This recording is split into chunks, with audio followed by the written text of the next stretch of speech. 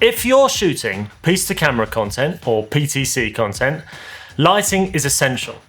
And it's less about equipment and more about consistency, separation, and control.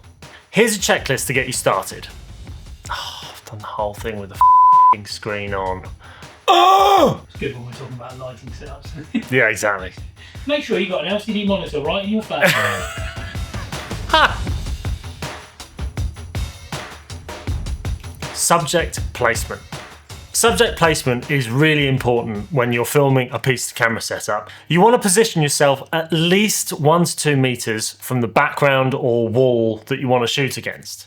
I'm right in the corner of my room here, and the camera is facing into the space because that maximizes the separation between the camera and the far back wall. The last thing you want is to have your camera and yourself right up in the corner of the room with the wall behind you, because it gives you no separation. It looks really budget and horrible. Next, camera position. You want to position the camera at eye level. This is really important for a neutral, basic piece-to-camera setup. It just makes everything feel very natural and normal. If you had the camera too high, then you might end up shooting something like this, where you have to tilt it down and it looks like the camera is tilted down on top of you. That makes you look small and gives a sort of subconscious feel like probably right now you're less interested in what I'm saying because I look rather small in the frame and it feels like you're looking down on me like a child.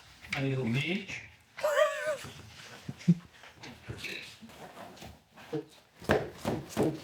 No. Straddle it. The inverse of that would be having the camera tilting up. So right now you can see me like you're looking up at me. That sort of puts you on a pedestal, can be useful if you want to feel like a big dick, but fundamentally it can give an impression that you don't necessarily want and wants to be used in specific situations. For a simple piece of camera setup, it's much easier and sensible to have everything at eye level. Next thing you want to do is dress your background or check for any objects that are distracting. Just think about what the camera can see in your background. You don't want items in your background to be moving around without any motivation, because it takes away from what you're trying to focus on or what you'd like your viewer to focus on, which is your subject. Next, lighting. First light is your key light, which is your main light. It lights your subject. You want to place the key light 30 to 40 degrees from the camera axis. Raise it slightly above eye level. Aim for a soft, flattering light on the face.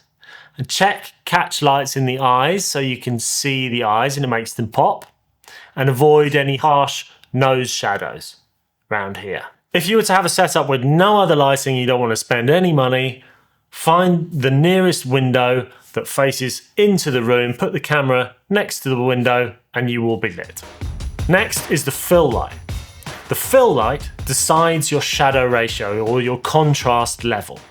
That determines how much shadow you have on your subject. This is where you get to be creative. You can use a reflector or a soft fill like I have. I would say you generally want to maintain some shadow. If you have too much fill, then you flatten your subject and everything looks very flat, like it's on a 2D plane. Oh, I've done the whole thing with the f***ing screen on. Oh! You'll see from the entire piece of camera I just did, I had my screen on with a white screen on it, and that was giving me lots more fill, and it flattened off my face. This is without my screen on and is the setup that you actually want to see. The hair and rim light. Add a light behind your subject as it separates them from the background, but avoid overexposing the shoulders and ears and hair. Yeah, it's very Queen-like.